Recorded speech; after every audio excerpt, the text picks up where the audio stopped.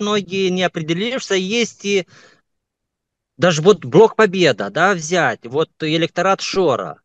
Они же не будут голосовать за Майя Санду. Ну, у них электорат очень такой воспитанный, и их очень много.